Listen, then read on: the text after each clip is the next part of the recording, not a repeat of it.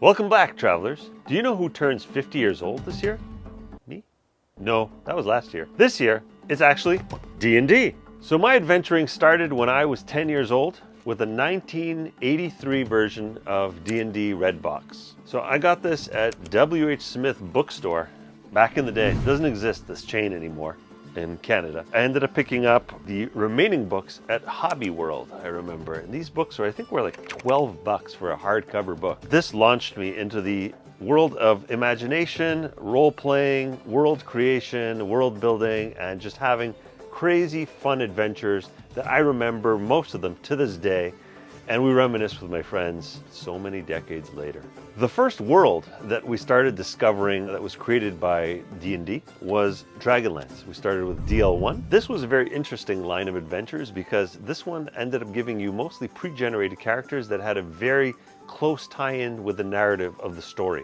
It was a very linear story, but it made for a very different type of adventure than your typical Greyhawk adventure or an adventure that was based in something like Lankmar that you would have been able to find in Deities and Demigods. And I remember my very first character in AD&D was a guy called Red Sword.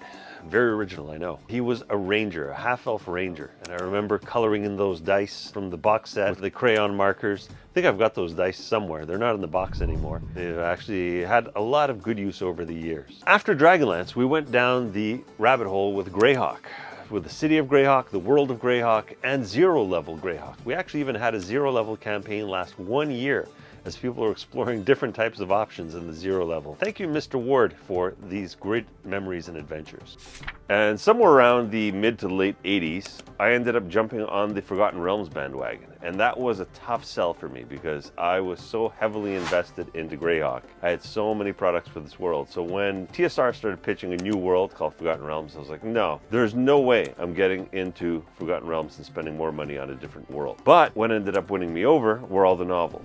So when the novels started coming out, I started reading them, starting with Spellfire, Baited Greenwood, on and on. I went down the rabbit hole of novels, and the next thing I knew, I was sold on the Forgotten Realms. So this is one of the reasons why our Fate of the Norns universe is relying on a backbone of novels by very talented artists, including Ed himself. So fast forward 9 years later, and there we were, upgrading all of our characters to 2nd edition. Thank you, Mr. Ward. During 2nd edition, we ended up getting the kit books, and we got all the supplementary stuff that TSR was putting out, and there was a lot. I mean, probably a record in the history of TSR and Wizards of the Coast. That allowed us to really go off the beaten path in terms of our adventures and pretty much our rule sets too. And we started creating our own house rules. And the house rules binder started getting thicker and thicker and thicker. Eventually, it actually got thicker than the 2nd edition Player's Handbook. And when it got thicker, we asked ourselves, why are we still playing D&D when we should be creating probably our own RPG? And that's pretty much where Fate of the Norns Ragnarok was born. Around 1992-93 was the first manuscript of our homegrown RPG, and I can thank Mr. Ward for inspiring us with Legends and Lore, aka Deities and Demigods. This allowed us to actually take a look at all of the mythologies very quickly and assess which one we would be basing our RPG around, and it ended up being Norse mythology. Most of us were really big fans. We really loved the artwork, especially the one where Thor's swinging Mjolnir down on Jormungandr's head, that huge black and white image. So thanks to 2nd edition D&D, Fate of the Norns was actually born around 1992-1993. But that did not stop us from coming back to D&D later in the 90s. So somewhere around 2000, 3rd edition D&D came out.